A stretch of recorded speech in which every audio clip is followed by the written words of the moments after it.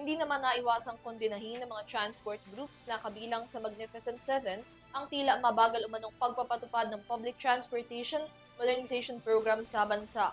Samantala, ilang opisyalis naman ng LTFRB ang nais nila na mapababa sa pwesto.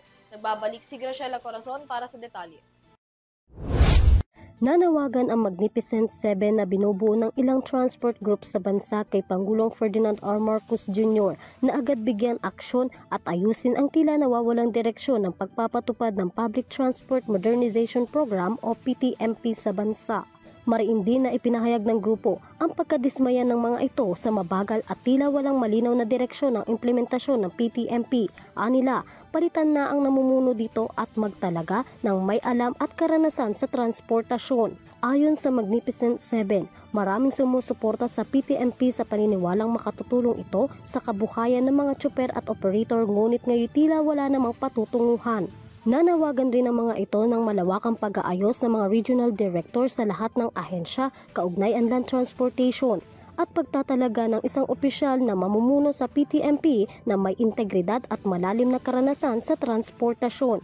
May pagkalal ang mga sumusunod. Number 1, agad ang pagdala o report ng mga regional director sa mga ahensya ng transportation panglupa. Ngunit sa mga peso, siguro ng administrasyon na ito, kahit sa OIC sa pasti man lang. Masyado na sila komportable. Pangalawa, magdadala na tao ng sa PTMP na alam at ramdam ang problema sa kalye. Pagod na po kami. Binigyan din ng Magnificent Seven ang problema sa route survey na anilay dekada ng tinatalakay, ngunit hanggang ngayon ay wala pa ring malinaw na resulta. Isa rin sa mga tinutukoy na isyu ng grupo ang umano'y espesyal na pabors na ibinibigay sa isang transport group para mag-operate ng lab pass program sa Valenzuela City nang hindi man lang ipinapaalam o inaanyayahan ang ibang grupo.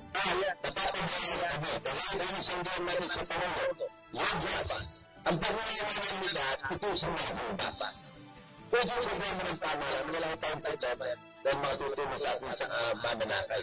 Para kung ang nabibigyan dito, isang kagaya ng modern ang laki, yung itinay.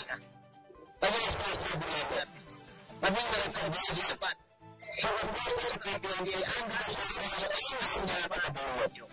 Wala yung supportang nakuha. Bakit isa lang?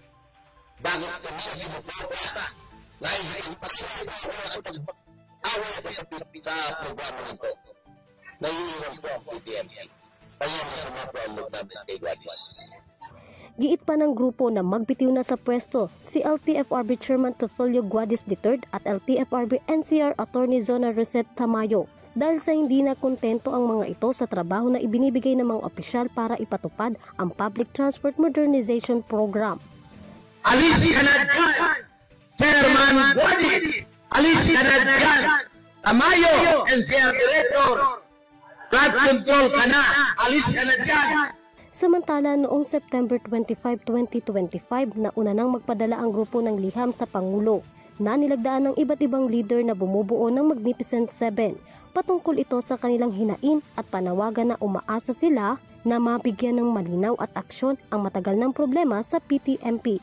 Binubuo ng Pasang Masda, Altodap, LTOP, Acto, Fedjodab, Stop and Go at Busina ang Magnificent Seven na nagsusulong para sa isang makatarungan transisyon sa halip na pag-phase out ng mga traditional jeepney.